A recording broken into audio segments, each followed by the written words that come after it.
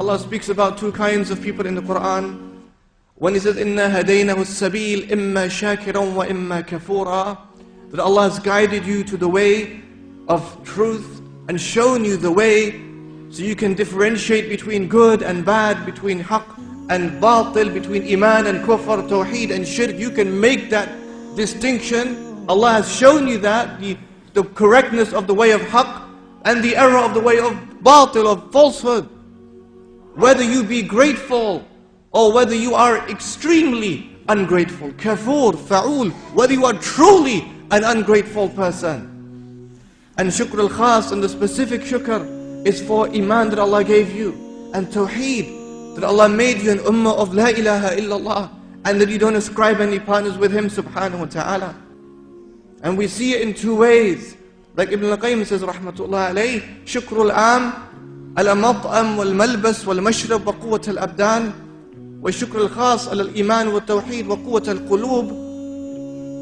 The general shukr, my dear brothers, for the fact that Allah has given you food.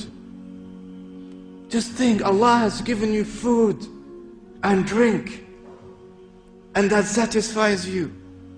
And there are people on this planet, on earth, who don't have food, let alone the big things that we are waiting for in our lives, and the big things we're expecting to happen to us, and the big homes we're expecting to build or to buy.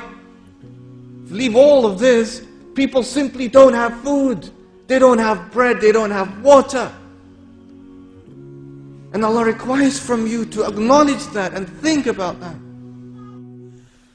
And Ibn al-Qayyim says there are two kinds of thankful people, even within the frame of thankfulness.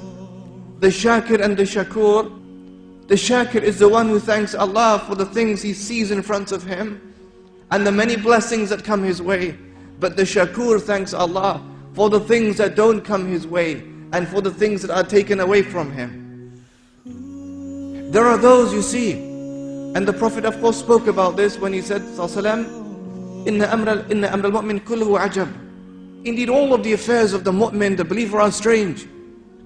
Everything that Allah decrees for him is good for him. And if a blessing comes his way, shakar, fakana khayran lahu, he thanks Allah and that's good for him. And if a hardship comes his way, sabar, he is patient and that's good for him. But then there is those who transcend even that. Because even in the times of difficulty, where people's recourse is to moan and complain, and to swear, and to abuse, and become abusive, because they're angry. How could this thing happen to me? But the shakur is not like that.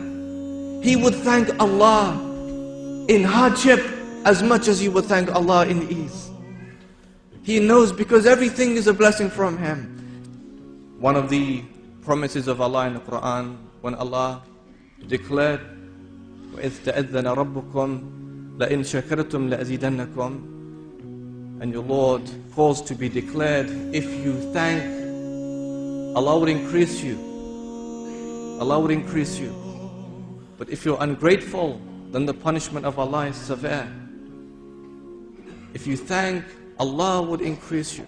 Ibn al-Qayyim says, whenever you find that people find a loss in their affairs, the first thing they should do is begin to thank Allah, begin to make shukr. And by way of that, they would see an increase in their affairs. Sometimes it's the missing link. Oftentimes people say, like, we experience khushu in our salah at Fajr time, but by the time it was Dhuhr, it was all gone. And we find that we have something good in one place, but then it's finished by the next thing or the next stage. But you simply ask yourself, well, did I thank Allah for that khushu in my salah in the first time? That Allah would maintain it for me for the second one, and perhaps the third one, and the fourth, and the fifth. That if Allah gives you a blessing at one point, did you remember Him and thank Him for that blessing, that Allah would increase you in that blessing? We should remember that, my dear brothers. And one of the ways, my dear brothers, to try and become more thankful and grateful people is to take this hadith at heart. When the Prophet said, sallallahu alayhi wa sallam, انظروا إلى من أسفل منكم ولا تنظروا إلى من هو فوقكم فهو أجدر أن لا تزدروا نعمة الله سبحانه وتعالى. Look to those who have less than you. Look to those who are lower than you.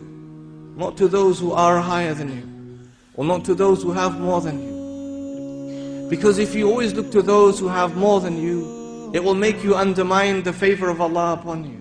If you're always looking up and you're never looking down and trying to see where are other people so I can be higher than them, and never considering those who are low and don't have all the many wonderful things that you have, you will begin to underestimate or undermine the favor of Allah subhanahu wa ta'ala upon you.